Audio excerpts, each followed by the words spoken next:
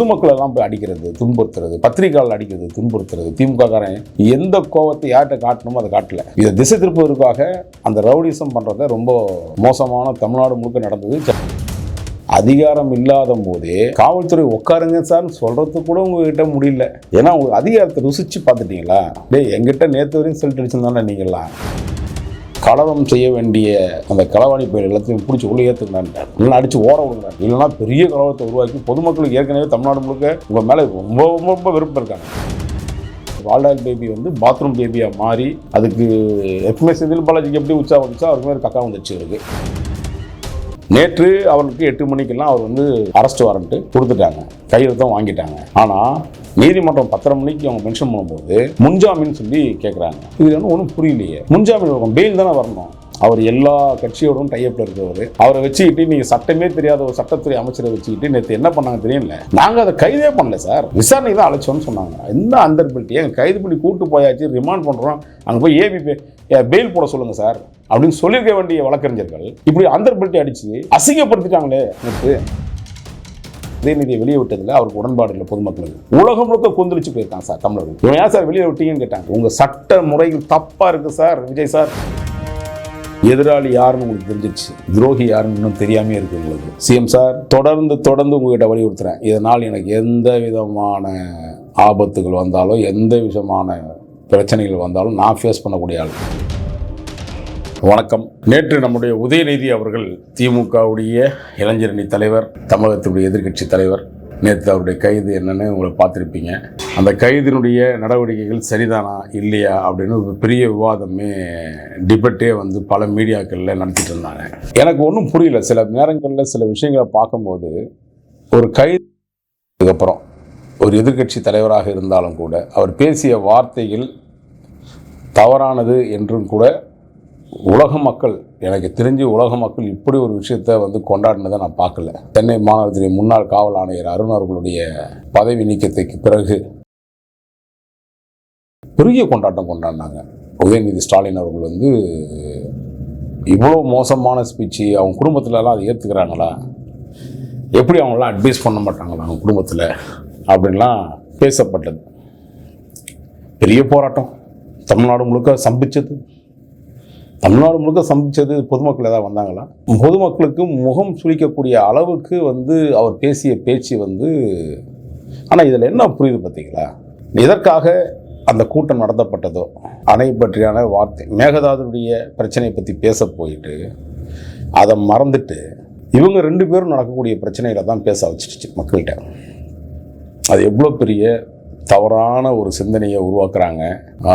எந்த காலகட்டத்திலையும் இது போன்ற சம்பவங்கள் வந்து இது போன அது மறைஞ்சிருச்சா? உண்மையான சம்பவங்கள் எதற்காக போராட்டமோ அந்த போராட்டம் நீர்த்து போச்சு. தமிழ்நாட்டில் இவங்க 2 பேருக்குள்ள ஒரு பிரச்சனை. யார் 2 பேருக்குன்னா உதயநிதி ஸ்டாலின் அவர்களுக்கும் நம்முடைய சிஎம் விஜய் அவர்கள் பற்றி தான் பேசுகிறாங்க. இவங்க ஒரு போராட்டம், அவங்க ஒரு போராட்டம், இவங்க ஒரு ஆர்ப்பாட்டம், அவங்க ஒரு ஆர்ப்பாட்டம், இவங்க சாலை மறியல், அவங்க சாலை மறியல். ஆனால் பிரச்சனை என்ன? இதற்கான பிரச்சனை அது நீத்து போச்சு. மக்கள்கிட்ட இதை பற்றி பேசுறதை விட்டுட்டு விஜயுடைய பர்சனல் வாழ்க்கை தேவைதானா, உன் வாழ்க்கை சரியா இருக்கா, நீ பார்த்தியா அப்படின்னு தனி மனிதனுடைய ஒரு பிரச்சனையை தான் கொண்டு போய் நிற்க வச்சுட்டாங்க. அது அசிங்கத்திலும் அசிங்கம். அது வந்து எப்படி தான் இதெல்லாம் ஏற்றுக்கிட்டாங்கன்னே தெரியல. அதெல்லாம் தாண்டி இந்த கைது என்பது, காவல்துறை கைது என்பது காலையில் கிட்டத்தட்ட 6:30 மணிக்கு என்னமோ நடக்கப்பட்டது. ஆனால் வீட்டுக்குள்ளே போயிட்டாங்க. அவர் வீட்டுக்குள்ளே போகிறதுக்கு கிட்டத்தட்ட 1 மணி நேரம் அந்த டைம் எடுத்துக்கிச்சு. காவல்துறை உள்ளே வந்துட்டாங்க. எந்த காவல்துறைன்னு தப்பாக எடுத்துக்க போகிறாங்க. சென்னை மாநகர காவல்துறை இல்லை, சென்னை மாநகர காவல்துறை பாதுகாப்புக்கு ஒரு 10 பேர் அனுப்புனாங்க. ஒரு ஏசி, ஒரு டிசி. அவர் கைதுன்னா ஏதாவது எப்படியும் பிரச்சனை வரும்னு தெரியும். ஒரு 100 போலீஸ்கிட்ட போயிருந்தாங்க. ஒரு எதிர்க்கட்சி தலைவர் எப்படியும் கண்டிப்பாக பிரச்சனை பண்ணுவாங்கன்னு தெரியும். 100 போலீஸ்ன்றது மினிமம். எங்களெலாம் கைது செய்யும் போது எனக்கெல்லாம் 100 போலீஸ் தான் வந்தாங்க. நாங்களாம் எதுக்குடா அவ்வளோ பெரிய குற்றமாக செஞ்சிட்டோம், உங்களெல்லாம் எதிர்த்து பேசணும் திமுக ஆட்சியை, உடனே அதுக்கு 100 போலீஸு, அதுக்கு வாகனங்கள், இப்படி தான் கொண்டு வந்தாங்க. ஏன்னா இந்த அரசு உண்மையாகவே ஒரு உரிய மரியாதை வந்து அவர் கைதில் கொடுத்தாங்கன்னு நான் நினைக்கிறேன். அது குறிப்பாக சென்னை மாநகர காவல்துறை வந்து அவருக்கான அந்த கைதில் நாகரிகமாக நடக்கப்பட்டுச்சு. ஜாயின்ட் கமிஷனர் திரு விஜயகுமார் அவருடைய தலைமையில் போயிருந்தாங்க. ஆனால் அந்த பாதுகாப்புக்கு தான் போயிருந்தாங்க. காவல்துறை வந்து கைது என்பது தஞ்சாவூர் காவல் நிலையத்தில் தான் அந்த எஃப்ஐஆர் பதிவு செய்யப்பட்டது. ஆனால் பிரச்சனை எங்கே போய் முடிஞ்சுது? கலவரத்தில் போய் முடிஞ்சுது. கலவரம் இவங்க 2-3 நாளைக்கு முன்னாடி அனைத்து கட்சி கூட்டம் அது இதுன்னு எல்லா கட்சிகளும் சேர்ந்து அவரை போட்டு வறுத்து எடுத்தாங்க தமிழக முதலமைச்சரை. ஆனால் அவர் ஒரு முடிவு எடுத்துட்டார், slow and steady win the race. இதுக்குமே வந்து பொறுமை தான் சரியான தீர்வு ஏற்படுத்தும்னு நினச்சாரு. அவர் மௌனம் காத்தது தான் இன்றைக்கி எல்லாருமே பேசப்படுறாங்க. அந்த மௌனம் என்பது எதற்காகனா, அராஜக முறையிலையோ அல்லது வந்து சினிமா பாணியில் பேசக்கூடிய டைலாக்லேயோ பேசி முடிக்கிற பிரச்சனை இல்லை. இது தமிழகத்தினுடைய விவசாயம் என்கின்ற முதுகெலும்புடைய பிரச்சனை. இந்த பிரச்சனையை நம்ம கையில் எடுக்கும்போது அதை ரொம்ப சிந்திச்சு தெளிவான முடிவு எடுக்க வேண்டும் என்பதற்காக தான் அவர் மௌனமாக இருந்தார். மௌனம்னா மௌனமாக இல்லை, அதுக்கான சட்ட நடவடிக்கைகளில் அவர் தயாராக இருந்தார். அதுக்கான முயற்சிகளை எடுத்துகிட்டு தான் இருந்தார். நான் இல்லைன்னே மறுக்க முடியாது. என்ன இவங்க கேட்குறாங்கன்னா, அரசியல் செய்வதற்கு எதிர்கட்சிகள்லாம் உடனே தீர்வு வரணும்னு நினைக்கிறாங்க. அந்த உடனே தீர்வுலாம் கிடைக்குமான்றது, உடனே இவ்வளோ நாள் நீங்கள் என்ன பண்ணிட்டு இருந்தீங்க, இதுக்கு முன்னாடி நீங்கள் ஆட்சி ஆகும்போது அதுக்கு தீர்வு ஏற்படுத்திருக்கலாமே. சட்டமுறை சட்டத்தின் அடிப்படையில் தான் நாமெல்லாம் இந்த நாடு இயங்குது. சட்டத்தை மதித்து தான் நம்ம சில விஷயங்களை பண்ணணும். சரி, அந்த கைது இதெல்லாம் விட்டுருவோம். அடுத்ததாக ஒரு விஷயத்துக்கு வரேன். நேற்று இந்த கைதினுடைய பிறகு நடக்கப்பட்ட தமிழகத்தில் சம்பிக்கப்பட்ட சில விஷயங்கள் இருக்குது. அது காவல்துறையில் நிறைய இடத்துல வழக்கு பதிவு செய்யப்பட்டதாக தகவல். ஏன்னா எல்லா இடத்துலையும் அராஜகம், பொதுமக்கள் எல்லாம் போய் அடிக்கிறது, துன்புறுத்துறது, பத்திரிகையாளர் அடிக்கிறது, துன்புறுத்துறது. திமுககாரன் எந்த கோவத்தை யார்கிட்ட காட்டணுமோ அதை காட்டலை. இதை திசை திருப்பதற்காக அந்த ரவுடிசம் பண்ணுறத ரொம்ப மோசமான தமிழ்நாடு முழுக்க நடந்தது. சென்னை மாநகரத்தில் காவல்துறையுடைய ஆணையர் திரு அமுல்ராஜ் அவருடைய எடுத்த துரிதமான ஒரு நடவடிக்கையால் மிகப்பெரிய சட்ட ஒழுங்கு பிரச்சனை வரக்கூடியதை தடுத்துட்டாருன்னு தான் சொல்லணும். அதுக்கு உண்மையாகவே நம்ம அதை பாராட்டத்தில் தெரிவிக்கணும். ஏன்னா உடனே சட்ட ஒழுங்கு கெட்டு போச்சுன்னு சொல்லுவாங்க அடுத்த கட்டம். அப்புறம் கமிஷனர் மாற்று, டிஜிபியை மாற்று அப்படின்வானுங்க. ஸோ இவங்களுக்கு வேண்டப்பட்டவங்களாக இருக்கணும்னு நினைக்கிறான். இது வேண்டப்பட்டவங்க தான் இருக்கிறாங்களே, அப்புறம் என்ன பிரச்சனை? அதை வச்சு தானே இவங்க எல்லாம் முடிவு பண்ணுறாங்க. ஸோ நேற்று கைது செய்யப்பட்ட விஷயங்களில் எனக்கு வந்து சில உடன்பாடான விஷயங்கள் இல்லை. அதை நான் உங்ககிட்ட பகிர்ந்துக்கணும்னு நினைக்கிறேன். கைது இதற்கு முன்பாக கலைஞர் கருணாநிதி அவர்களை அம்மையார் ஜெயலலிதா அவர்கள் கைது செய்வதற்காக ஒரு 3 IPS அதிகாரிகளே அவர் வீட்டுக்கு அனுப்புனாங்க. இது உங்களுக்கு தெரியும். கொள்றாங்கப்பா அப்படின்னு கத்திட்டு இருந்தார்ல. அப்போ 3 முறை முதலமைச்சராக இருந்தவர் கொள்றாங்கப்பான்ட்டு குரல் வந்துச்சு. எங்கடா கொள்றாங்க, கூப்பிட்டா வான்னா உடனே இதே மாதிரி தான் இன்றைக்கி எப்படி மாமா சபரீசன் அந்த விஷயத்தை வர வரையும் காத்துட்டு இருந்தாங்களோ, அன்றைக்கி முரசொலி மாறன் அவர்கள் வருவதற்காக அந்த சீனை ஏற்பாடு பண்ணாங்க. அப்புறம் அந்த சீன் வந்து சரியாக வரல, தரதன்னு இழுத்துட்டு போய் எங்கள் போட வேண்டிய இடத்துல போட்டு லாக் பண்ணி அவரை உட்கார வச்சுட்டாங்க. ஆனால் அந்த அளவுக்கு இவங்க காவல்துறையினரை வந்து ரொம்ப பெரும்பாலான விஷயங்களில் அசிங்கப்படுத்துவாங்க. நேற்று கூட பார்த்தீங்கன்னா தெரியும், உதயநிதி அவர்கள் உட்காந்துருக்காரு, இன்னும் என்ஆர்ஐயில் அவங்க மூத்த வழக்கறிஞர் உட்காந்துருக்காங்க, பல சபரீசன் மற்றும் இன்னும் பல பேரில் வந்து உட்காந்துக்கிட்டு பேசிகிட்டு இருக்கும்போது ஒரு IPS அதிகாரி திரு விஜயகுமார் அவர்கள் நின்றுட்டு பேசுகிறாரு. ஒரு டைரக்ட் குரூப் 1 ஆஃபீஸர்ஸ் ஒரு 3 பேர் அங்கே அப்படி நின்றுட்டு இருக்காங்க. காவல்துறை எந்த அளவுக்கு மதிச்சாங்க பார்த்தீங்களா? அதிகாரம் இல்லாத போதே காவல்துறை உட்காருங்க சார்னு சொல்கிறதுக்கு கூட உங்ககிட்ட முடியல. ஏன்னா உங்களுக்கு அதிகாரத்தை ருசித்து பார்த்துட்டிங்களா? என்கிட்ட நேற்று வரையும் செல்ட் அடிச்சிருந்தானே நீங்களாம், இன்றைக்கி என்கிட்ட வந்து எதிர்த்து நிற்கிறீங்களா, என்னை கைது பண்ண வரீங்களான்றது அந்த ஒரு ஆணவ போக்கு. அந்த ஆணவ போக்கு அது திமுக ரத்தத்திலே ஊர்னது. ஸோ அதனால் என்னென்னு நினைக்கிறேன்னா, இன்றைக்கி இந்த காவல்துறை வட்டாரங்களில் நான் அதை கேட்டபோது சொன்னாங்க, சரி சார் நம்ம என்ன பண்ணுறது, அந்த அளவுக்கு அவங்களுடைய மரியாதை தெரிந்தவர்களாக அப்படி தான் நடந்துப்பாங்க. ஆனால் உண்மையாகவே வந்து அன்றைக்கி சென்னை மாநகரத்தில் காவல்துறை ஆணையர் திரு அமுல்ராஜ் அவர்கள் வந்து நேரடியாகவே அந்த இடத்துக்கு வந்து கலவரம் செய்ய வேண்டிய அந்த களவாணி பயிர் எல்லாத்தையும் பிடிச்சி உள்ளே ஏற்றுங்கடான்ட்டார், இல்லைன்னா அடித்து ஓட விடுங்கடான்ட்டார். இல்லைனா பெரிய கலவரத்தை உருவாக்கி பொதுமக்களுக்கு ஏற்கனவே தமிழ்நாடு முழுக்க உங்கள் மேலே ரொம்ப ரொம்ப ரொம்ப வெறுப்பு இருக்காங்க. திரும்பவும் நீங்கள் இந்த வெறுப்புணர்ச்சியை நீங்கள் பயன்படுத்துகிறீங்க. அப்புறம் தஞ்சாவூர் காவல்துறை செய்தது வந்து எந்த அளவுக்கு நியாயமான விஷயமோ, அதே நேரங்களில் நான் தமிழக முதலமைச்சருக்கு ஒரு விஷயம் சொல்லிக்க விரும்புகிறேன்.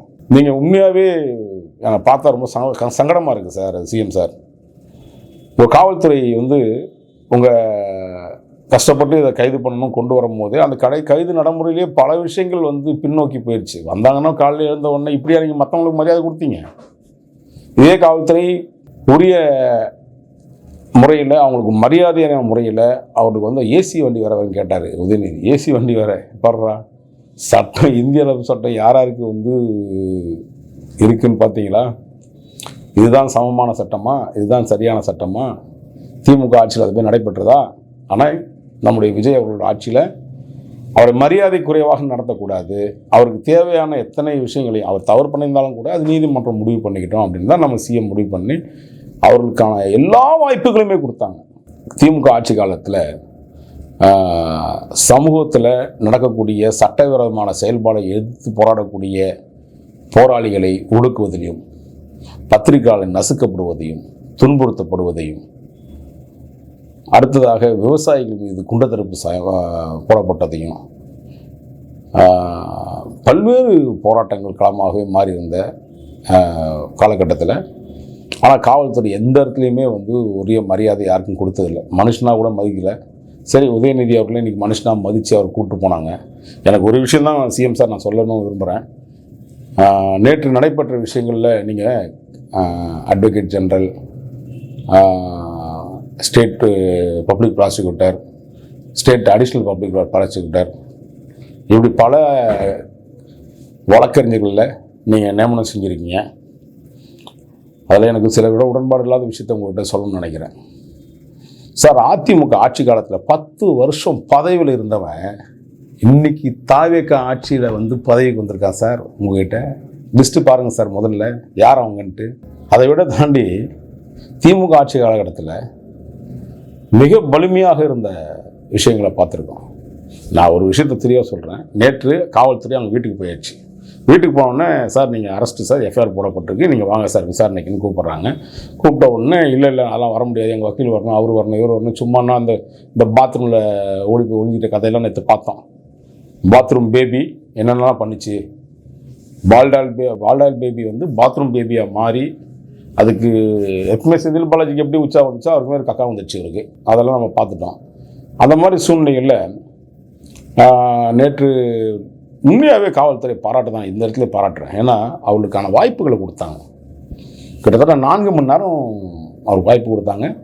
நீதிமன்றம் திறக்கப்பட்டது. உடனே இவங்கெல்லாம் போய் திமுக சைடில் வழக்கறிஞர்கள்லாம் ஜஸ்டிஸ் இளந்திரன் அவர்களுடைய, மாண்புமிகு நீதியரசர் இளந்திரன் அவர்களிடம் மென்ஷன் பண்ணி இந்த வழக்கை வந்து மத்தியானம் விசாரணைக்கு எடுத்துக்கிறேன்னு சொன்னார். அப்புறம் விசாரணைக்கு வரதுக்கு முன்னாடி ஒரு தப்பான விஷயம் நடந்துச்சு. நாங்கள் அவரை விசாரணைக்கு தான் கூப்பிட்டோம், கைதெல்லாம் பண்ணல அப்படின்ட்டாங்க. சார், முதல்ல உங்கள் காவல்துறை அதிகாரிகள் எந்த அளவுக்கு துரிதமாக செயல்பட்டார்களோ, டோட்டலாக செயல்பட்டான்றதை விட அதுலேயே செயல்பாடுகளில் ரொம்ப கலவரம் இல்லாமல் செயல்பட்டாங்க. ஆனால் சில இன்ஸ்ட்ரக்ஷன் வந்து தப்பாக இருக்குது. உங்கள் சட்டத்துறையில் நடக்கக்கூடிய அயோக்கியத்தனத்தை தயவுசெய்து நீங்கள் புரிஞ்சுக்கணும். இவரெல்லாம் வந்து ஊபிஸுகள், பழைய திராவிட ஊபிஸுகள். இங்கே இருக்கிறவங்கலாம் பாதி பேர். என்ன சார் நடந்தது? கைது பண்ணியாச்சு, முன்ஜாமீன் தானே சார் போய் கேட்குறேன்னு சொல்லி கேட்டு மென்ஷன் பண்ணுறாங்க. முன்ஜாமீன் எப்படி சார் கொடுக்க முடியும்? எனக்கு தெரியல, எனக்கு சட்ட நடைமுறையில் தெரியல.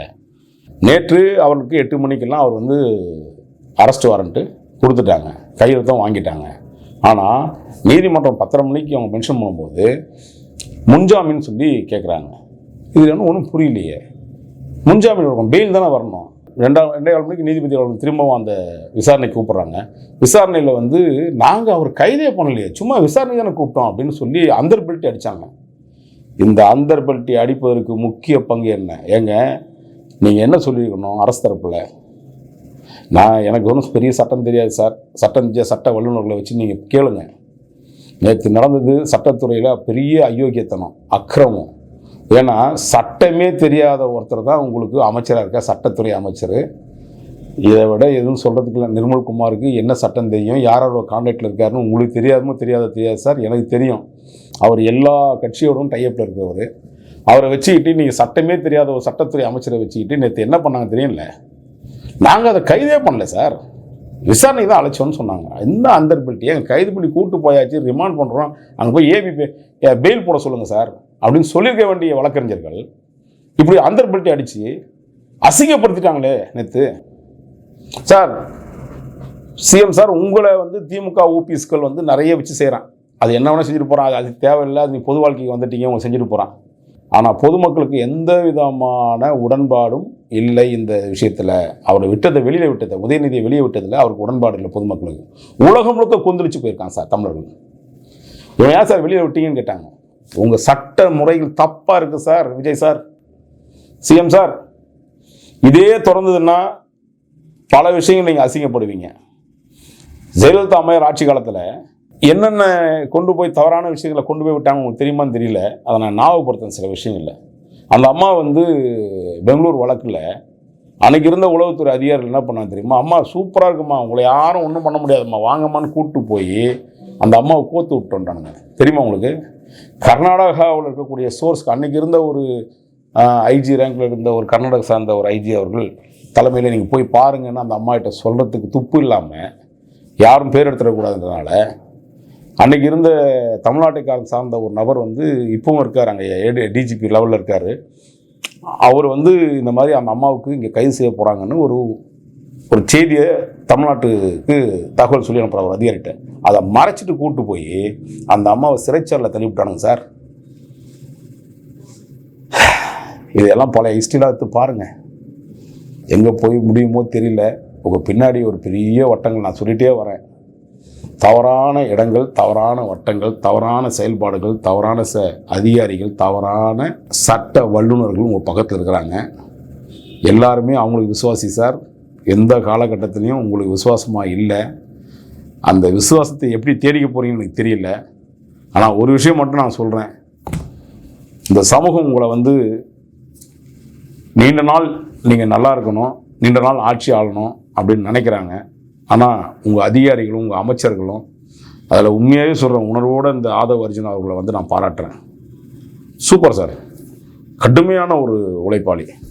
நானே நிறைய விமர்சனம் பண்ணியிருக்கேன் அதை பற்றி. நான் ஒரு நண்பரிடம் சொன்னேன், நான் கூட சொல்லும்போது விமர்சனம் பண்ணும்போது சொன்னார், பாஸே நீங்கள் ஒரே விஷயம் ஆதவ அர்ஜுனா பற்றி நீங்கள் தெரிஞ்சுக்கணும். ஆதவ அர்ஜுனாவில் யாராலும் ஒருத்தர் பாதிக்கப்பட்டிருக்கான்னு எங்கேயோ ஒருத்தர் சொல்லுங்கள் பாஸே.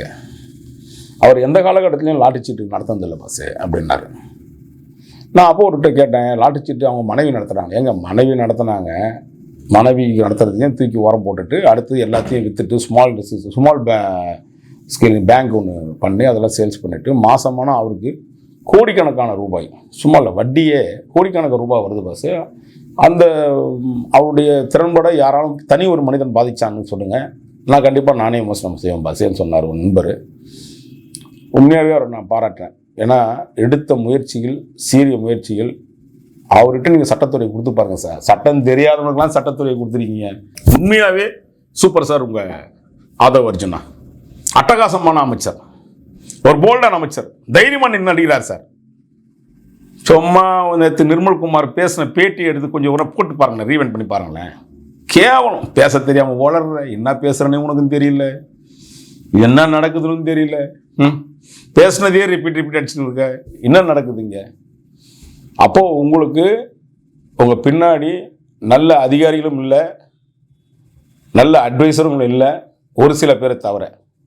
உண்மையாகவே உங்களை இந்த இடத்துக்கு வழிநடத்தி கொண்டு வந்திருக்காங்கன்னா அதில் ஒரு 4-5 பேரோட உழைப்பை நான் சாதாரணமாக இடப்பட முடியாது.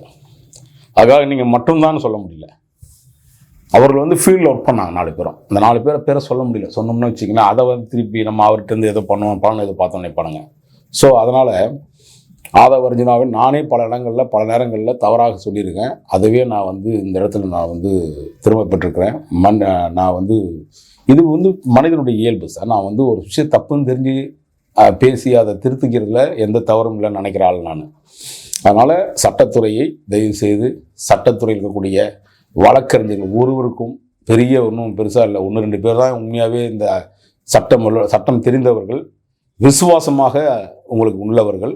மற்றவர்கள்லாம் உங்களுக்கு எதிராகவே செயல்படுகிறார்கள். நான் ரொம்ப ஈஸியாக சொல்கிறேன், ரொம்ப சுலபமாக சொல்லக்கூடிய விஷயந்தான். எதிராளி யாருன்னு உங்களுக்கு தெரிஞ்சிடுச்சு, துரோகி யாருன்னு இன்னும் தெரியாமே இருக்குது உங்களுக்கு. சார், சிஎம் சார், தொடர்ந்து உங்கள்கிட்ட வலியுறுத்துகிறேன். இதனால் எனக்கு எந்த விதமான ஆபத்துகள் வந்தாலும், எந்த விதமான பிரச்சனைகள் வந்தாலும் நான் ஃபேஸ் பண்ணக்கூடிய ஆள். நான் தனி ஒரு மனிதன். நான் நம்பியிருக்கக்கூடிய நீதிமன்றம், நான் தெய்வமாக வணங்கக்கூடிய நீதிபதிகள் இருக்கிற வரை நான் எதையும் துணிச்சலாக, தைரியமாக, ஒரு விசில் ப்ளோயராக உங்கள்கிட்ட பதிவு செஞ்சிட்டேன். முடிஞ்சால் இதுக்கான இந்த அசம்பிளி முடிஞ்சதுக்கப்புறம் ஒரு நல்லது ஒரு மாற்றத்தை, அதிகாரிகள் மாற்றம், அமைச்சர்கள் மாற்றம், இதெல்லாம் நீங்கள் பண்ணுவீங்கன்ற நம்பிக்கையோடு நான் உங்களிடம் தெரிவிக்கிறேன். நன்றி, வணக்கம்.